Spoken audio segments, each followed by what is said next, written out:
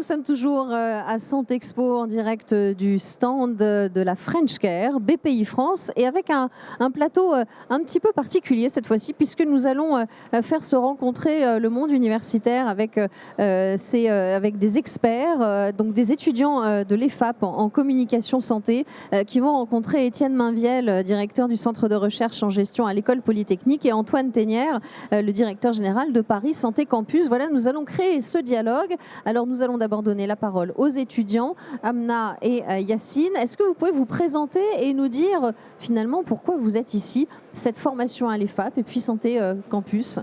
Alors, je m'appelle Amna Amrouni, je suis médecin dentiste et je suis en France pour un MBA en communication appliquée à la santé. Donc, je suis future communicante et médecin dentiste. Je suis à Santexpo parce que dans le cadre de mon stage, je suis exposante aussi. Donc, je suis là depuis lundi. J'ai pu couvrir à peu près, on va dire, une bonne partie de l'événement.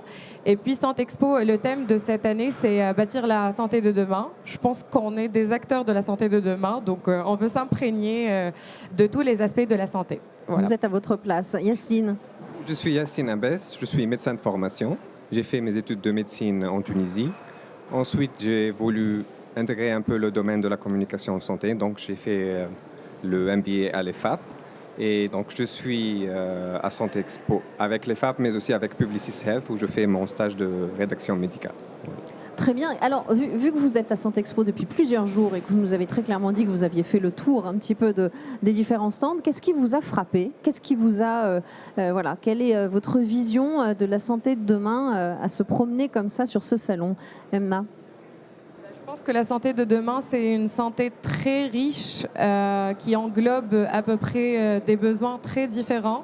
Ça peut être aussi une santé quelque part, vu les avancées, controversées, mais qui va quelque part justement répondre aux besoins. Et c'est là on va dire l'objectif essentiel des soins et de la prise en charge de la santé en général.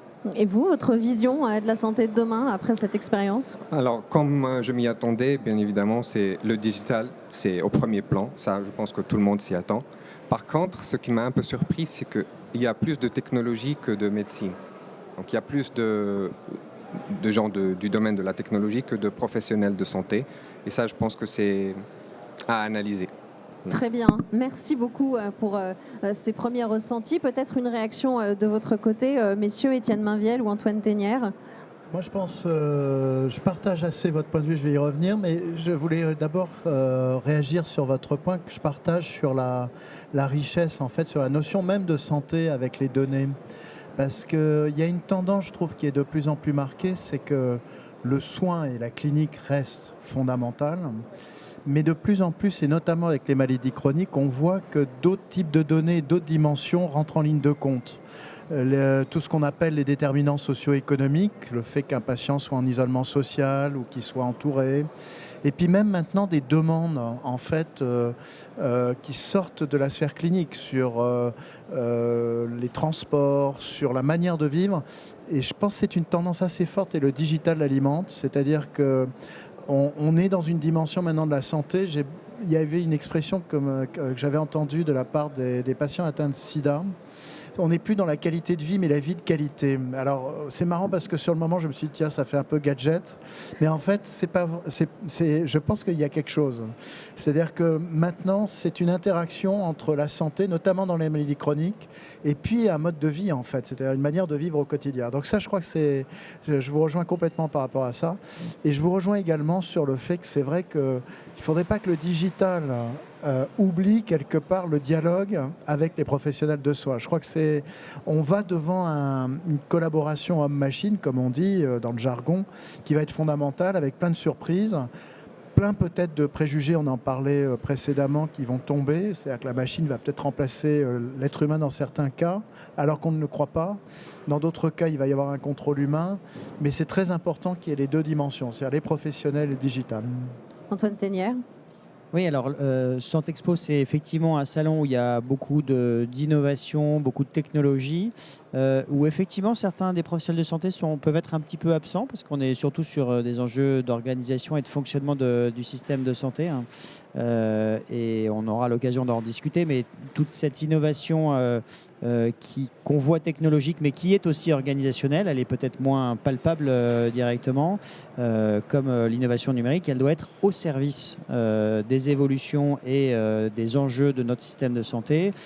Et donc là, on se recentre sur vraiment les fondamentaux, le modèle social, les questions d'accès aux soins, la performance, etc. Donc c'est en tout cas comme ça que moi je vois ça. Et ce que je vois, c'est surtout un bouillonnement extrêmement important à travers les conférences, les expositions, etc., qui traduit aussi l'accélération de l'innovation qu'on est en train de vivre. Alors, est-ce que vous avez une question à poser à nos deux experts est-ce que voilà, c'est l'occasion, profitez-en. J'avais une question parce que en fait, j'ai pu faire mes petites recherches et je sais que vous avez développé un dispositif qui s'appelle Capri pour les patients qui sont atteints de cancer et qui sont sous chimiothérapie orale, si je ne me trompe pas, pour le suivi à domicile. Et je pense que ça rejoint un peu mon questionnement par rapport à la transition numérique justement de la santé et de la santé de demain. Et ça soulève un des questionnements qui est les données de santé. Donc, est-ce qu'on peut toujours bénéficier des avancées que nous offrent les données de santé en assurant la protection, la confidentialité de celles-ci? Alors merci beaucoup d'abord d'avoir recherché comme ça. Ça prouve que vous êtes bon dans la communication. Rapidement, sur ce dispositif, d'abord, on l'avait fait avant que Paris Santé Campus et on a connu en fait ce que représentait une innovation il y a quelques années, c'est-à-dire des hauts et des bas. Et je pense que maintenant qu'il y a un écosystème dont Paris Santé Campus est évidemment le vaisseau amiral, ces innovations ont plus de chances d'aboutir et sont plus soutenues qu'à l'époque. Une fois que j'ai dit ça, pour répondre à votre question sur les données, oui, ça a été un arbitrage permanent, vous imaginez, sur des patients atteints de cancer, ce sont des données très sensibles.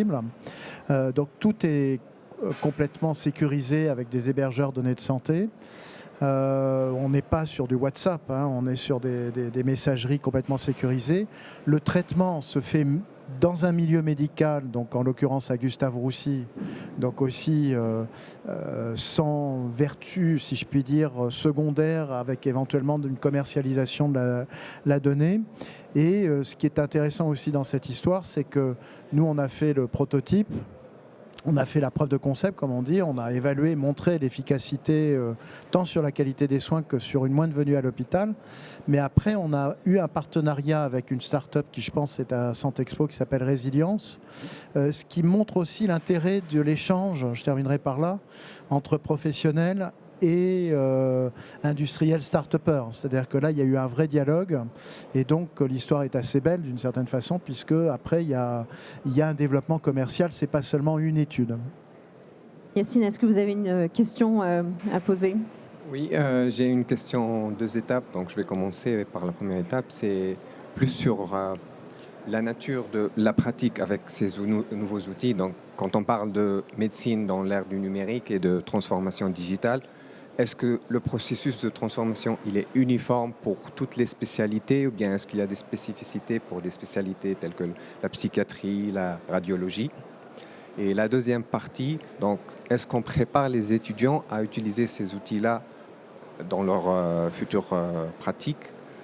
Est-ce que les études prennent en considération un interrogatoire à distance ou pas? Est-ce que les signes à étudier, la sémiologie, elle va changer ou pas?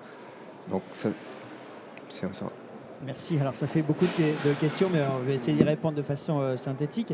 D'abord, pour vous dire effectivement que le processus de transformation numérique, il est extrêmement transversal. Et au-delà de la santé, évidemment, c'est ce qu'on voit dans la vie de tous les jours. Plus personne n'écoute la musique avec un Discman ou va prendre l'avion avec une liasse de billets comme on le faisait avant. Donc, dans la santé, c'est vrai aussi. Pour autant, les transformations qui s'opèrent en radiologie, en psychiatrie, en soins infirmiers sont assez différentes et avancent avec des vitesses différentes qui sont à la fois lié à la vitesse d'innovation, mais aussi lié à la vitesse d'adoption et d'usage. Et donc, en fait, un des enjeux, et on va aller justement pour répondre à votre question sur la formation, c'est qu'on arrive à coordonner cette vitesse d'innovation dont j'ai dit tout à l'heure qu'elle s'accélérait de façon extrêmement importante avec le transfert vers l'usage et la formation des professionnels, l'adoption des patients, qui nécessite notamment la confiance quand on parle des outils numériques, etc. Et qui est un élément déterminant pour ne pas avoir des innovations qui sont très intéressantes mais qui ne sont pas utilisées au lit du patient ou à la maison pour des maladies chroniques.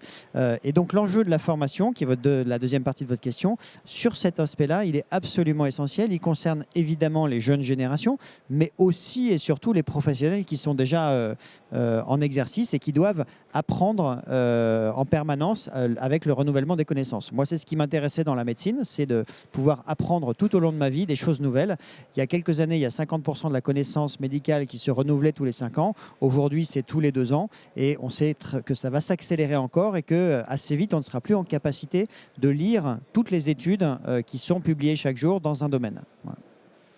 Alors, ce que je vous propose pour multiplier les points de vue, c'est de faire venir 2 autres étudiants de l'EFAP en communication santé. Merci Amna et Yacine. Merci et nous pour allons l'échange. accueillir Merci à Carole vous. et Lucie. Merci. Bienvenue à toutes les deux. Alors, on va vous demander la même chose que pour vos camarades, de vous présenter et de nous dire peut-être ce que vous avez pu voir et observer en vous promenant ici à Santexpo. Donc, Lucie, bonjour. si vous voulez commencer. Bonjour, enchantée. Donc moi j'ai une formation en nutrition et en santé publique. Qu'est-ce que je retiens de Santexpo? Donc c'est vrai qu'il y a beaucoup à voir et c'est assez impressionnant de se rendre compte de la multitude d'acteurs en fait, qui font partie du secteur de la santé et les nouveaux acteurs émergents justement avec les nouvelles opportunités qu'offre justement l'innovation et le numérique en santé. Merci. Bonjour, donc moi je suis Carole, donc je suis aussi à l'EFAP en reprofessionnalisation après un parcours en fait dans l'industrie pharmaceutique. Mon parcours ici en fait à Santexpo, c'est effectivement d'avoir beaucoup marché dans toutes les allées, vu beaucoup effectivement d'expression de l'innovation à travers plutôt les outils numériques. Moi aussi, j'ai eu, comme tout à l'heure a dit Yacine, en fait, un peu surprise par le fait qu'il y ait moins de médical et beaucoup de technologie, énormément de technologie, un bouillonnement impressionnant quand tout le monde fait ses présentations. Et un peu de frustration, justement, de ne pas avoir entendu assez les associations de patients, ayant pour ma part une appétence pour l'expérience patient. Messieurs, une réaction à ce que viennent de nous livrer Carole et Lucie. Non, je pense que oui, vous avez, enfin, je pense à peu près la même chose que vous sur la répartition entre le digital. Il ne faut pas s'étonner non plus, si vous voulez, que le digital soit en tête de liste, si je puis dire, parce que c'est une avancée qui est quand même très marquante. De ce point de vue-là, d'ailleurs, la notion d'innovation est très intéressante parce que on se pose tous les matins la question de savoir si on est face à des innovations de rupture ou incrémentales. Probablement que dans la majorité des cas, c'est de l'innovation incrémentale. On n'a pas le smartphone est une innovation de rupture, mais on n'en a pas tous les jours. Donc, on est dans un mouvement indiscutable. Maintenant, effectivement, je vous rejoins et je pense que dans le prolongement, peut-être qu'un des points, moi, qui me semble important, c'est d'avoir des visions un peu synthétiques sur l'emploi de tous ces outils technologiques et d'arriver à finalement en dégager des tendances sur le système de santé de demain. Parce que je pense qu'il y a une vraie compréhension de ce que ça va représenter pour le système de santé et éventuellement de l'anticiper. Moi, je pense par exemple qu'on va avoir de plus en plus une externalisation de l'hôpital. Je le dis avec le micro, même à Santexpo, avec la FHF, mais on va se retrouver de plus en plus avec un domicile du patient qui va être un très grand enjeu et donc des suivis à distance, sans doute des data centers au niveau des hôpitaux. C'est assez important d'essayer de comprendre ces évolutions et de cette manière d'anticiper et de voir quelles sont les directions les plus fondamentales. Antoine Tenière, sur ces tendances.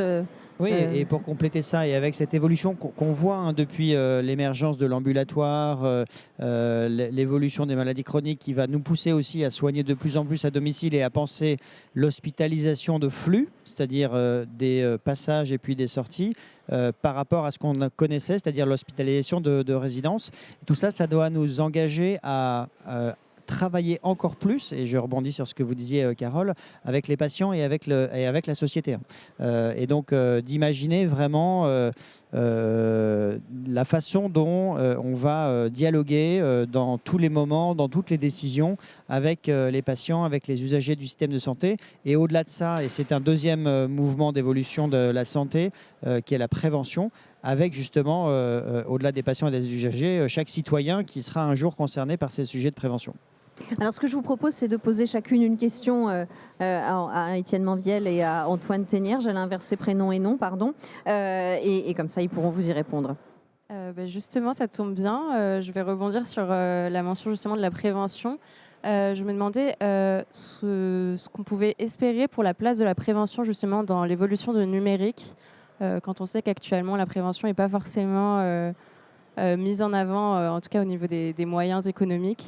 Et j'avais une deuxième partie de question, c'est comment s'assurer que ces innovations numériques bénéficient de manière plutôt équitable en fait, à l'ensemble de la population, y compris aux personnes les plus vulnérables, aussi bien sur des déterminants sociaux qu'économiques.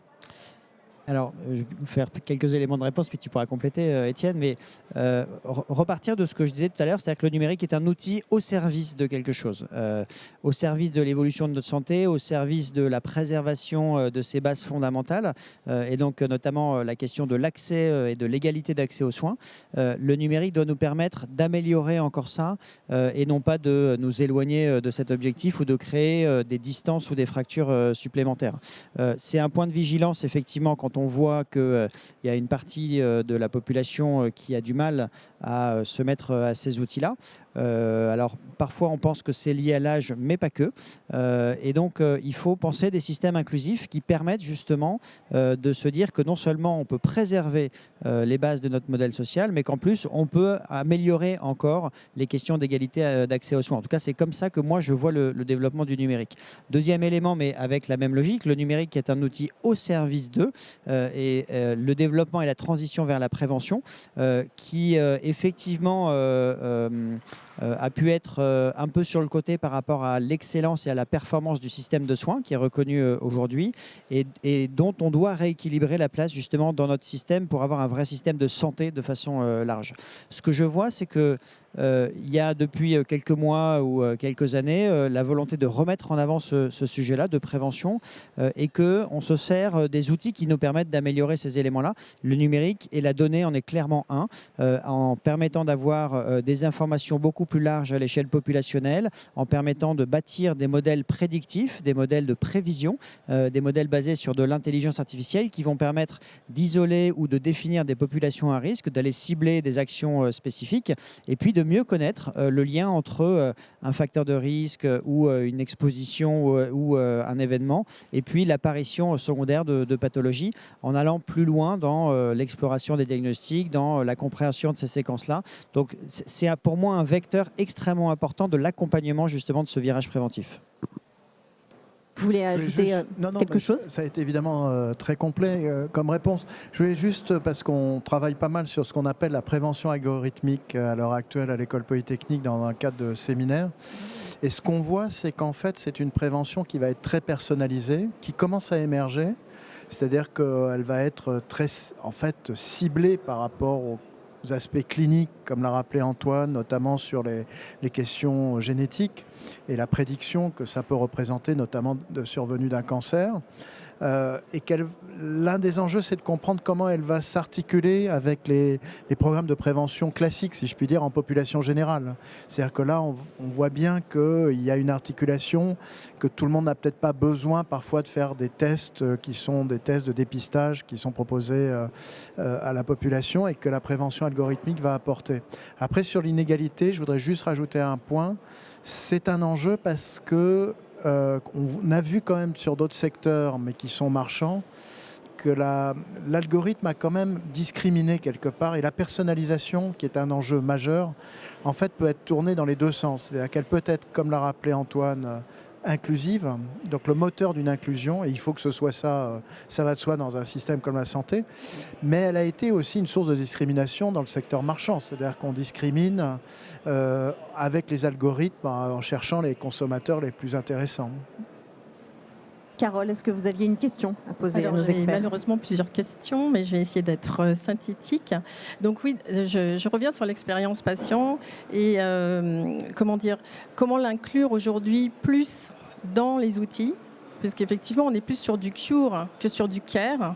Et on le voit si on lit en fait les études que font les associations de patients sur le besoin du lien, le côté humain. Et je me pose la question de est-ce qu'on n'est pas toujours en train de mettre de la distance encore avec le patient qui, lui, recherche du lien, puisque dans sa pathologie, il a une solitude qu'il a besoin, dans laquelle il a besoin d'échanger. Et c'est pour ça qu'on voit des communautés de patients aujourd'hui se créer un peu partout. Est-ce que ce n'est pas une possibilité en fait pour l'intelligence artificielle, les startups, de s'appuyer aussi sur ce qui existe déjà en expérience patient? C'était ma première question. Et ma deuxième, c'est plus, est-ce que tous les médecins, tous les professionnels de santé vont être embarqués dans cet engouement numérique, et quel est le risque si tout le monde n'est pas embarqué? Parce qu'on sait très bien, pour revenir à la relation patient-médecin, que souvent la confiance que l'on fait en fait à son praticien va permettre un engagement dans l'outil. Et si ce praticien n'est pas lui-même, bon, j'ai pu lire des études où on est plutôt à 70% de médecins qui ont une appétence en fait et qui utiliseraient ou qui utilisent déjà des outils. Voilà, j'ai envie de vous poser ces questions. Alors, je vais commencer par la deuxième partie, mais pour vous dire que dans la santé, aujourd'hui, on travaille avec ce qu'on appelle des niveaux de preuve et des études scientifiques. Et ce qu'on démontre, notamment dans les études qu'on appelle randomisées, contrôlées, etc., c'est la performance d'une nouvelle prise en charge par rapport à une prise en charge classique ou standard. Ce qu'on va voir avec le numérique, c'est les mêmes logiques, c'est-à-dire qu'on va montrer qu'on arrive à des niveaux de performance supérieurs avec des outils numériques, avec des organisations basées sur de la donnée, avec des outils d'intelligence artificielle, etc. Et aujourd'hui, ce qu'on démontre, c'est que la meilleure performance, c'est la combinaison, exactement comme le disait Étienne tout à l'heure, c'est la combinaison homme-machine, ou homme-algorithme, ou homme-intelligence artificielle. Et donc, l'enjeu, c'est exactement comme on a fait ces approches-là avec des études médicamenteuses, des études technologiques sur des outils, etc., qu'on définisse des standards de prise en charge qui intègrent ces éléments-là et qui soient applicables par tout le monde. Et donc, la réponse à la question, c'est oui. Tous les professionnels de santé doivent être embarqués dans ces éléments-là à partir du moment où ils démontrent les meilleures performances pour la prise en charge des patients. C'est ce qu'on fait aujourd'hui avec l'infarctus du myocarde quand on fait une coronarographie en urgence dans telle et telle situation. Et c'est ce qu'on fera demain quand on devra utiliser tel ou tel algorithme pour lire une radio ou une IRM ou un scanner pour diagnostiquer tel cancer basé sur de l'IA. Donc ça, c'est un élément absolument central. Alors, je le disais tout à l'heure, ce sont des organisations qui sont humaines, donc qui doivent évoluer parfois avec le temps, mais qu'on doit accompagner aussi dans ces évolutions. De la même façon, on doit inclure le plus possible la question des patients dans les réflexions autour de l'utilisation de ces outils-là. Et là, peut-être deux éléments. Le premier, c'est, je discutais avec Frédéric Worms, qui est un philosophe de la santé, sur les grandes révolutions dans la santé. Il me disait, moi j'en vois essentiellement trois. La première, elle est très ancienne, c'est l'irruption de la science dans la médecine, qui était au départ un art, décrit par Hippocrate, etc. Et donc, les avancées récentes ont été rendues possibles grâce aux éléments scientifiques. Le deuxième, c'est l'universalisation de l'accès à la santé et aux soins, avec la mise en place de la sécurité sociale. Et le troisième, c'est ce qu'il voit aujourd'hui de révolution avec le numérique et de ce que ça repense de relations entre un patient et un professionnel, de ce que ça amène en termes de nouvelle ère dans la précision, la performance, etc. Et cette nouvelle ère, elle doit redonner du temps aux professionnels de santé et nous devons faire en sorte que ce temps soit dédié justement au temps humain. Et en dégageant une partie des tâches automatisables, standardisables, etc., avec ces outils numériques. Alors, il ne faut pas que ce soit un vœu pieux, il ne faut pas que ce soit quelque chose qu'on va colporter comme ça sans réellement le faire. La réalité, c'est que c'est quelque chose dans lequel il faut mettre de l'énergie, des efforts, mais qui a un réel impact, je pense, dans la relation de soins. Brièvement, oui. Pour compléter, je pense que l'enjeu, c'est vraiment la collaboration homme-machine, homme étant le patient, le professionnel de santé. Sur le patient, moi, je pense qu'on est au début effectivement, vous avez tout à fait raison, de comprendre les réactions du patient, le comportement. La machine va aider d'ailleurs au passage à mieux comprendre sans doute certains comportements. Nous, on travaille sur la motivation pour l'observance des traitements. On se rend compte que les comportements des patients ne sont pas liés au fait de leur rappeler le risque s'ils ne prennent pas leurs médicaments. C'est lié à d'autres phénomènes. J'évoquais le fait que parfois on considère la machine froide et l'être humain évidemment qui est beaucoup plus empathique. Il y a une étude que j'évoquais précédemment où il montre qu'un avatar est préféré à un médecin en consultation parce que l'avatar est jugé plus empathique parce qu'il cite 151 mots en moyenne, là où le médecin n'en cite que 50. Donc il va y avoir si vous voulez, des situations comme ça qui sont assez imprévues. Et le dernier point, c'est sur l'usage. Je pense qu'on est vraiment, c'est ce que disait Antoine, moi je le dis avec mes mots, c'est qu'on est beaucoup maintenant sur des questions d'usage, d'adoption, d'implantation, beaucoup plus que d'expérimentation de la technologie d'une certaine façon. La technologie est assez mature. Sur l'adoption, par contre, les enjeux sont colossaux. Et c'est sans doute là, je dirais, qu'il faut mettre actuellement l'effort en priorité. C'est des recherches d'ailleurs qui ne sont pas des recherches si coûteuses que ça. C'est un petit appel, petit clin d'œil que je fais à Antoine. C'est pas forcément de développer de nouveaux outils, c'est de comprendre comment ils sont utilisés et quelles sont les résistances par rapport à ces adoptions. Merci à tous, messieurs, pour avoir répondu aux questions des étudiants de l'EFAP, Carole, Lucie, Amna et Yacine, et avec du côté des experts, Étienne Mainviel et Antoine Ténière. Merci à tous. Merci beaucoup.